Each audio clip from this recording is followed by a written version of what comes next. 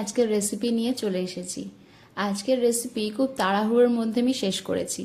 সকাল থেকে উঠে হাজব্যান্ড বলছে তাড়াহুড়ো করছে, যাব অফিসে অনেক কাজ ফেলে এসেছি, তাড়াতাড়ি কিছু ঝটপট বানিয়ে দাও যাতে খেয়ে বেরিয়ে যেতে পারি।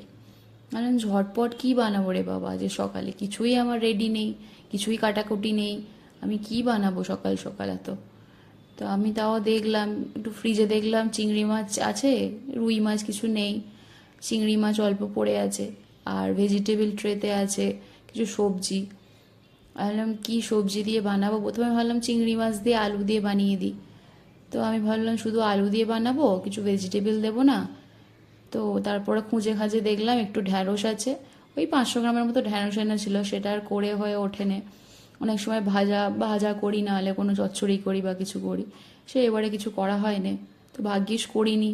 তা আজকে হয়ে গেল সেটা দিয়ে। তো আজকে রান্নাটা ওইটাই করেছি, আলু দিয়ে চিংড়ি মাছ দিয়ে ঢ্যাঁড়স দিয়ে চচ্চড়ি করেছি পেঁয়াজ রসুন দিয়ে।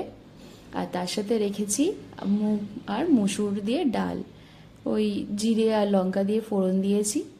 আর তার সাথে রেখেছি গরম গরম ভাত, স্যালাড আর জল। আজকে এইটুকুনি মেনু রেখেছি। সুন্দর সুন্দর মেনু দেখতে হলে আর রান্নার রেসিপি দেখতে হলে প্লিজ চ্যানেলটা একটু সাবস্ক্রাইব করে দেবেন। Thank you.